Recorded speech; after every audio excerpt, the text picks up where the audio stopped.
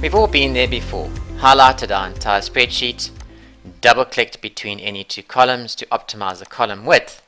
One of those columns then shoots out to Never Never Land because I've got a particular row which has got too much content in it, and I try and get to between those two columns to resize it, and I can't get hold of it because it automatically gets to the edge of a particular column. So simplest solution, if I've just done it, is to undo. Control Z is my shortcut, and I can then simply highlight the columns which will not give us any issues and double click between those, and then go and manually adjust the column which has issues. If that step though of double clicking was a long way off and undoing is never going to get me back to that point, then another solution would be to zoom out. So I can either use my zoom slider or control and my mouse wheel enables me to zoom right out.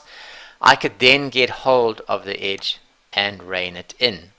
However, if that was so large and I was unable to do that, then a third solution, which is the ultimate solution which will always work, is if I right click on that column, go to column width, and rein it in by specifying a column width.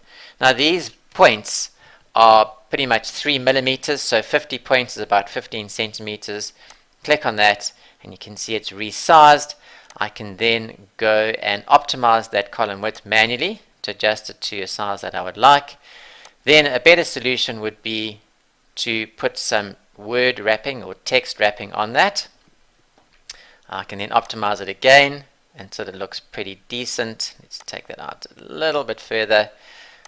Double click between my two rows. If I want that to be displayed at the top, highlight that again and align that at the top, and I'm good to go. If I had to double click again between any of those two columns to automatically resize, this one doesn't shoot off into oblivion and unable to rein it in again.